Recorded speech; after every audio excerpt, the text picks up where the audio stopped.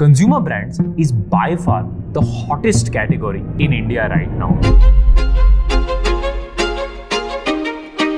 In the last 4 years alone, there have been 100 consumer brands that have been acquired. And when you look at the legacy house of brands like HUL, Darbar, Marico, etc., they are growing at a very slow rate, and to boost their growth rate, they are going and acquiring Gen Z first consumer brands. But what if I told you, while 100 brands have been acquired in the last 4 years, there is now a set of brands that are remaining standalone and enduring this journey from 75 crore to 500 crore in turnover. And that is exactly what we're going to cover today on Breakdown, which is what is a great consumer brand and how do these great consumer brands cross the chasm from 75 crore to 500 crore in turnover. Welcome to Breakdown.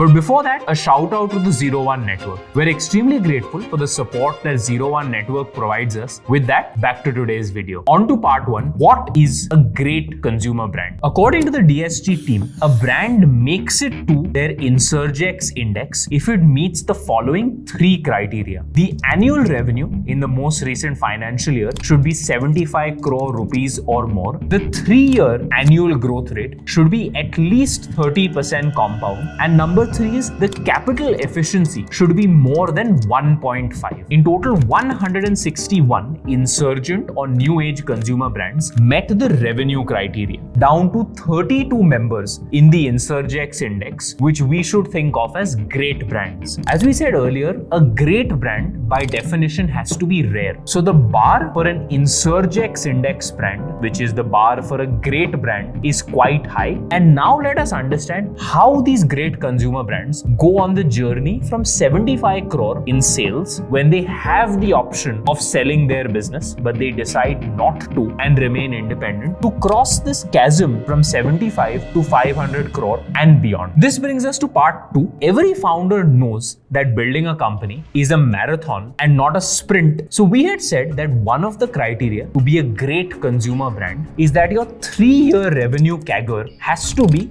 30% or more, which is that you are doubling revenue every 3 years. But 55% of the brands that are considered great have had at least 1 year in the last 2 years where they have not achieved a 30% year-on-year growth rate. And the reason for this is brands have a natural target addressable market or TAM threshold at the product level. And it's because of this TAM threshold that you will see your favorite consumer brands invest a lot of time, energy, and money behind something called NPD, new product development. When you look at some of the legacy house of brands like HUL, they have the concept of a brand manager whose full-time job is to think about marketing the existing product and working with an R&D or product development team to figure out new and interesting verticals that they can enter with the same brand. The next one is about margins. The team at DSG has pointed out the margins that a brand generates at 75 crore turnover is more or less the same margins that they will retain on the entire journey to 500 crore in turnover. And this is the reason why in consumer brands, the old adage is that if you do not build a solid foundation in the early days, which is in that 0 to 75 crore turnover journey, your fortress, which is the business that you build from 75 to 500 crore, is going to be on an extremely shaky foundation. And even for the median brand, which operates at a 56% gross margin, it approximately means that for every 200 rupees that you pay this brand, only 100 rupees is the cost of the product, including the cost of the packaging. Now, the caveat to highlight over here is different brands or different sectors in the consumer brand ecosystem have different gross margin profiles. For the food and beverage industry, your gross margins are close to about 50%, whereas for beauty and personal care, I am very sure that this perfume that I have is definitely a 75 to 80% gross margin. And the team at DSG says that BPC, which is beauty and personal care, operates at a 75% gross margin. At this point, you would say, wow man, I want to start a consumer brand. You package anything that costs 100 rupees and you go sell it to the customer for 250, 300, 400 rupees. So this brings us to the other side of brands, which is that your cost of goods sold give you a high gross margin,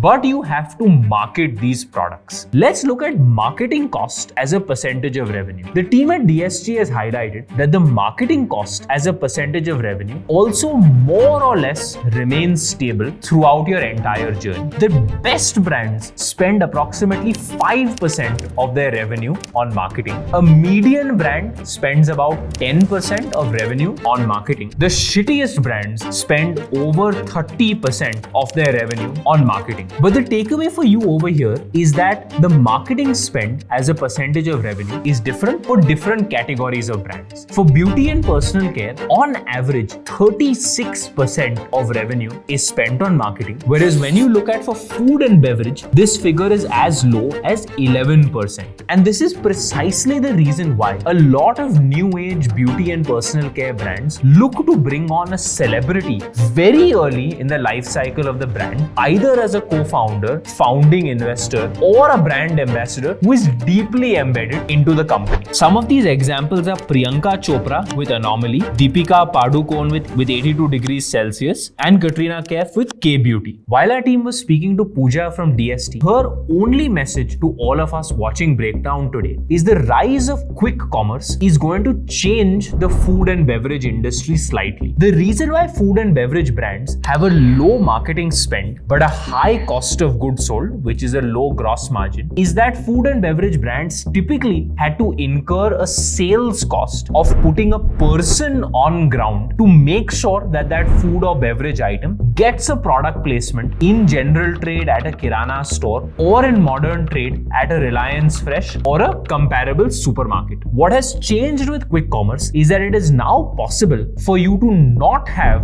offline inventory but to hold inventory only at dark stores of quick commerce companies and run performance marketing advertisements.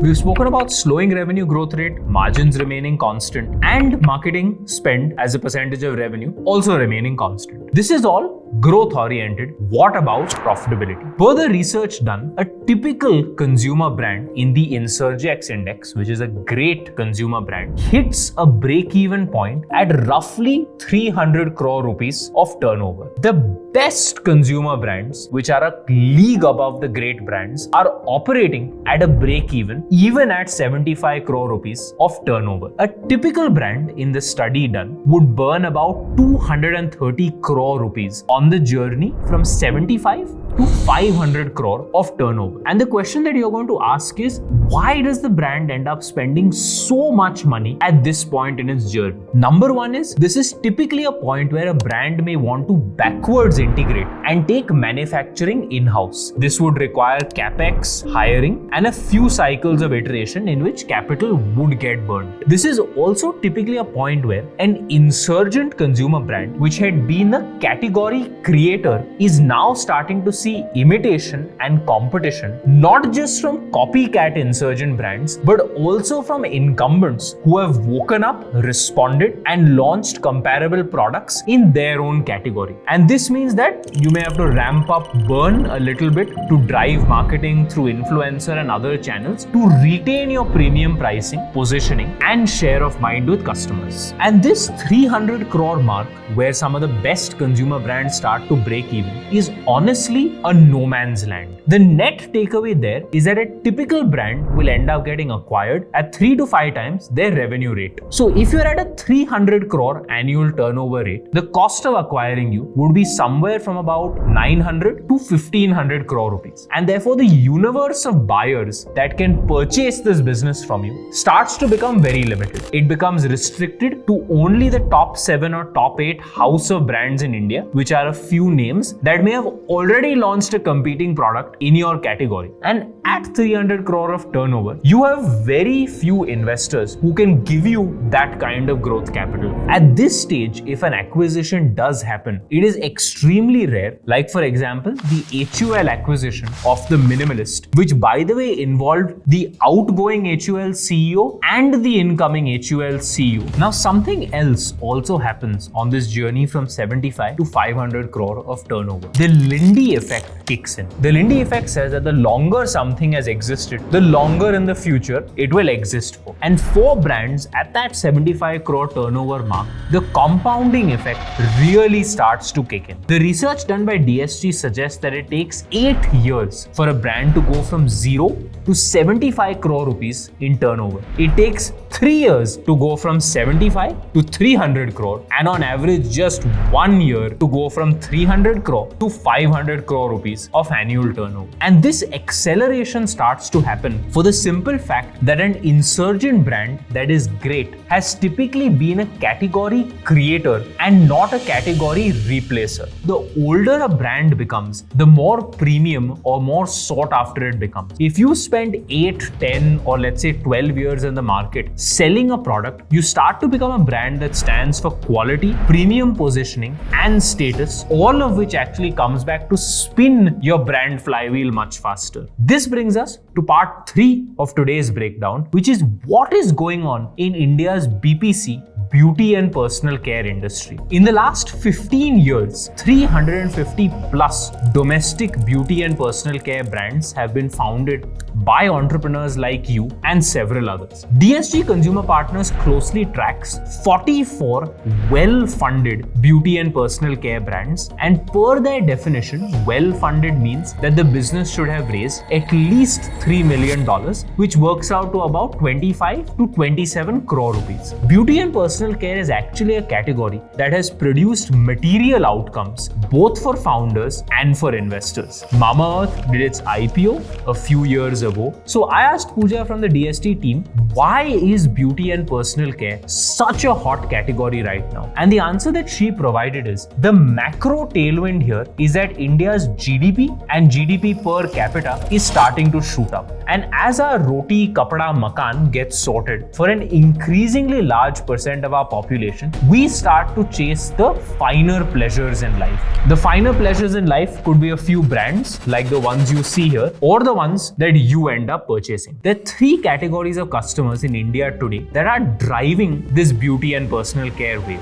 The first set of them is the 18 to 27-year-old young Indian male who has entered beauty and personal care for the first time because of influencer-led content. The next group of people is the millennials who are aged 30 to 40 and above. This segment of the Indian population has seen the benefit of post-liberalization India, and therefore they have moved significantly up on that wealth curve, and therefore they are the ones who are actually driving finer pleasures in life. They are willing to shell out top dollars for something as simple as this fragrance, which would retail for about 9 to 12,000 rupees. The third category that is driving beauty and personal care in India is the older Gen Alpha and the entire Gen Z population. They are the type who are chronically online, consuming influencer content, and they crave authenticity from founder stories. They look for signs of quality and evidence and research that shows a product actually works.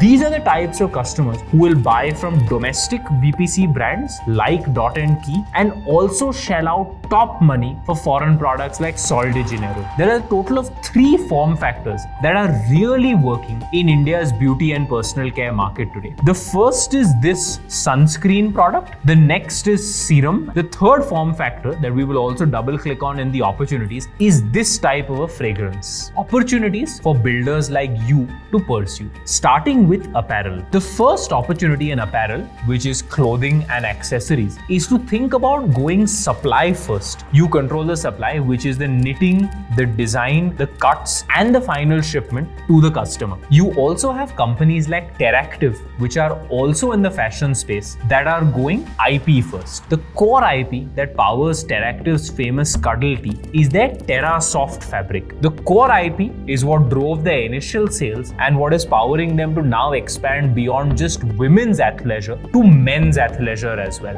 And this brings us to going community first with your marketing to take on an incumbent with a positioning that they cannot take on. The example for this is Vinod and his wife, who run a healthy noodles brand called Naturally Yours. Vinod uses social media to its extreme advantage, where he constantly updates customers about the health benefits of Naturally Yours and how it is superior to everyone's 2-minute wali Maggie. And he's not spent a single dollar on paid marketing outside of a few performance campaigns, but he's managed to get his product listed on quick commerce platforms. The final one that we'll close at is the opportunity in beauty and personal care. The words of wisdom that came from Pooja is, do not build a beauty and personal care brand the way you would build a food and beverage brand. The reason for this is any food and beverage brand has a hero SKU. Haldiram's has its bhujia product that contributes to more than 50% of sales. But in beauty and personal care, there is no hero product for any company that is going to drive more than 50% of revenue at scale. And therefore, if you as a founder are not comfortable with constant iterations with products, flavors, etc., and you do not enjoy the grind of new product development, then beauty and personal care is not a market you want to go after, despite how enticing it can be with that 75% plus gross margin and the massive tailwinds that will drive domestic beauty and personal care brands. The core insight that drives beauty and personal care is that once that roti kapda makan is sorted, we start to move up the vanity spectrum. And you will see in the next 1 to 1.5 years how fragrances will be the next big thing in the Indian consumer brand sector. You will see venture capital investors pour a huge amount of money behind domestic fragrances across all types of users. And brand India is here. It is the smallest it is ever going to be, and this is only going to get bigger from here as India rises up that wealth curve and makes the transition from being a developing to a developed nation. The 161 insurgent brands that DSG Consumer Partners tracks actively should grow 15% per annum for the next 15 years, which will take their total turnover from 42,000 crores to 250,000 crores. At the same time, the incumbent or the legacy house of brand that we discussed previously will grow modestly in the 3 to 5% range over the next 15 years, also taking them to 2.5 lakh crores. And that will be the key inflection moment where today's insurgent brands will overtake the incumbent house of brands that have been around for almost 50 to 80 years prior to the brand India movement starting. And entrepreneurs like you can play a very big role in this. That's all from us at Breakdown. We hope you enjoyed today's video. Please do like, comment, subscribe. Leave a comment about what you would like us to do a breakdown on next. And please do hit that bell icon so that you are notified about our next video. That's all. Thank you and see you next time.